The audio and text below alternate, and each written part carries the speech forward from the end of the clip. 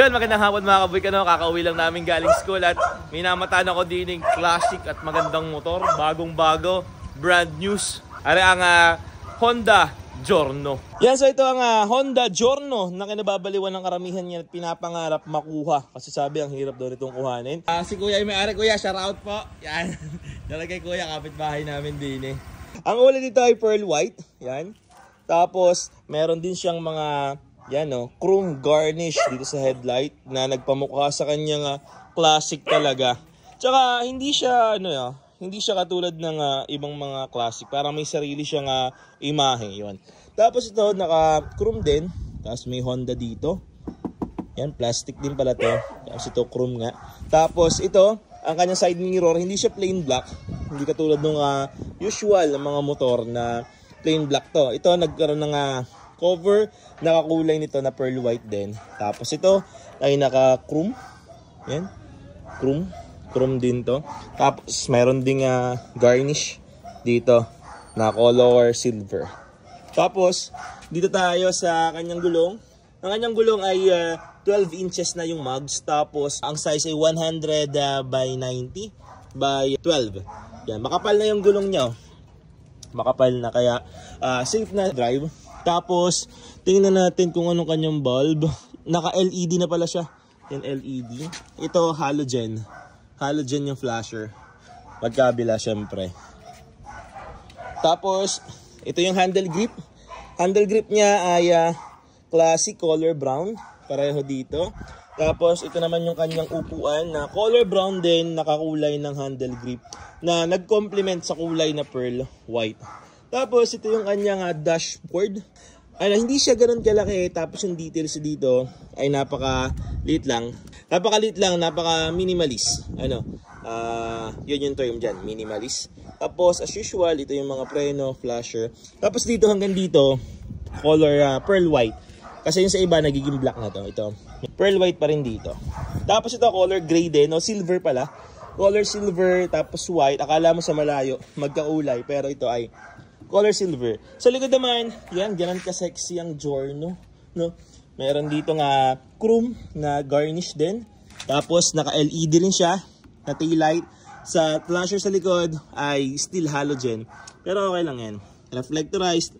Tapos ay may ilaw din dito. Tapos sa likod naman, 12 inches pa din na 110 by 90 yung gulong. Kaya safe na safe ka kapag nagda-drive. Hindi ganun kanipis yung kanyang gulong. Tapos, yan, ito, nandito yung kanyang sa gasolina. Tapos ito yung kanyang lagayan ng gamit. USB na. Dito ang saksakan. Hindi ka na maglalagay ng car charger. Tapos ganyan yung kalaki, ganyan kalawak.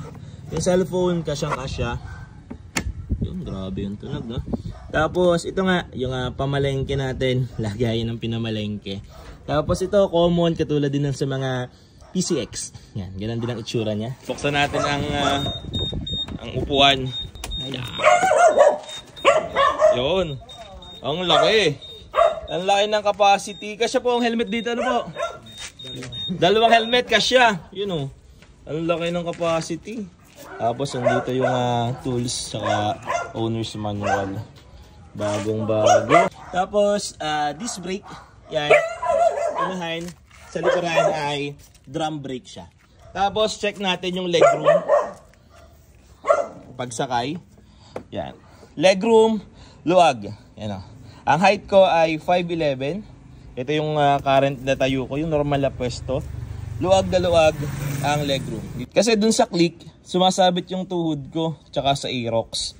Dito, luwag na luwag dito yung legroom. Tapos yun nga, yung kanyang tambutso, hindi siya maliit, hindi rin siya mahaba.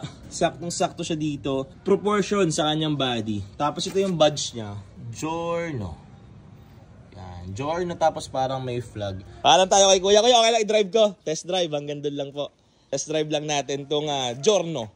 Para ma-assure ko sa inyo ang experience sa pagdadrive dito. Fold natin to. Ganda ng tunog. Dito po. Ayun pala. Yun naman, tahimik na rin ang kanyang starter. Yan andar, 23 kilometers pa lang yung natatakbo. Yan, marami natin kuya. Dito lang po ako sa dulo. Yan, thank you po. Nakakaya naman tapakan to, bagong-bago. Tapos, yung kanyang taas, medyo mataas siya kumpara sa iba. Kasi ako, ang height ko ay 5'11". Yan, sakto lang. Yung iba kasi parang mas mababa dito. Try na natin, dahan-dahan lang tayo. Yehey!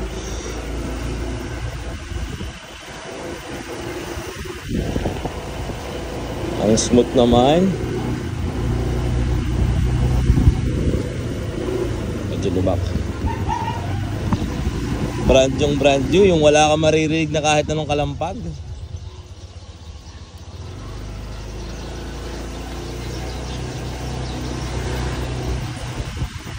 Yan. Good daw. Siyempre, hindi natin to hahatawin, hindi natin to top speed. Unang-una, hindi to sa atin. Padalawa, brand new to eh. Yan. Kaya chill drive lang dito. Chill lang. Hindi tayo masyado hahatat. Hindi naman rin atin. Pero sarap. Sinitik. Yan. Maralaman naman ang torque natin eh. Ang torque nito eh. Yan. May matorque. Ano? Okay naman. Mas masarap to drive kaysa sa PCX. Ano, mas matahimik din. Ganda.